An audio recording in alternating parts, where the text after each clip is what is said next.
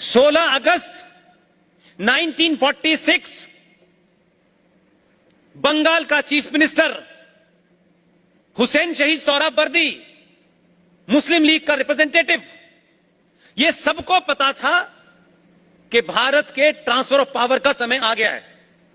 लोगों ने अपनी गोटियां चलना शुरू की और जिसे आप इतिहास में डायरेक्ट एक्शन से जानते हैं, उसमें एक और उसका नाम दिया गया है जिसे कैलकाटा किलिंग भी कहते हैं। मुस्लिम लीग ने 16 अगस्त 1946 को एक डायरेक्ट एक्शन करके सोहरावर्दी ने पुलिस को छुट्टी दे करके 10 से 15 हजार हिंदू माओ बहनों बेटियों का नरसंहार किया। हफ्तों तक कहीं बस स्टैंड पे लाश थी, कहीं स्टेशन पे लाश थी, किसी को उठाने नहीं दिया। ये भारत में हुआ। इसलिए आज भी आपको गलतफहमी थी। हमसे जितना हो सकता है वो हम करते हैं।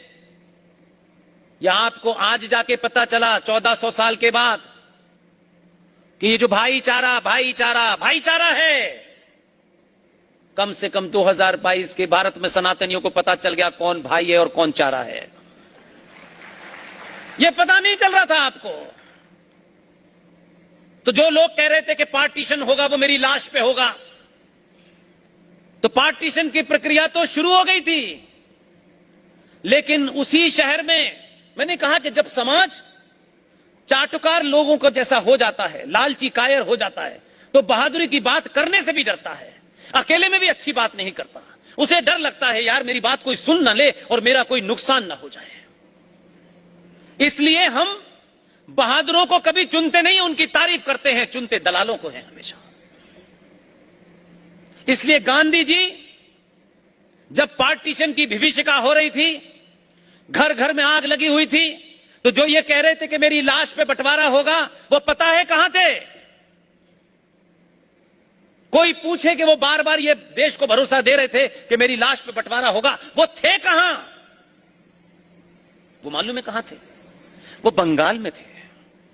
और इसलिए नहीं गए थे बंगाल में कि सोहरावर्दी ने एक तरफा 15,000 महिलाओं, हिंदू महिलाओं को और लड़कियों को और बेटियों का कत्ल हो गया, इसलिए नहीं गए थे। बंगाल की धरती पर आप में से कोई एक योद्धा था जिसे आज आप गोपाल पाठा के नाम से जानते हैं। उसने हथियार उठाया और उसी भाषा में मुसलमानों को जवाब दिया। गांधी जी उसके सामने विनती कर रहे थे कि हथियार डाल दो। उसने कहा कि जब हथियार उधर से उठे हुए थे तब आप कहां थे?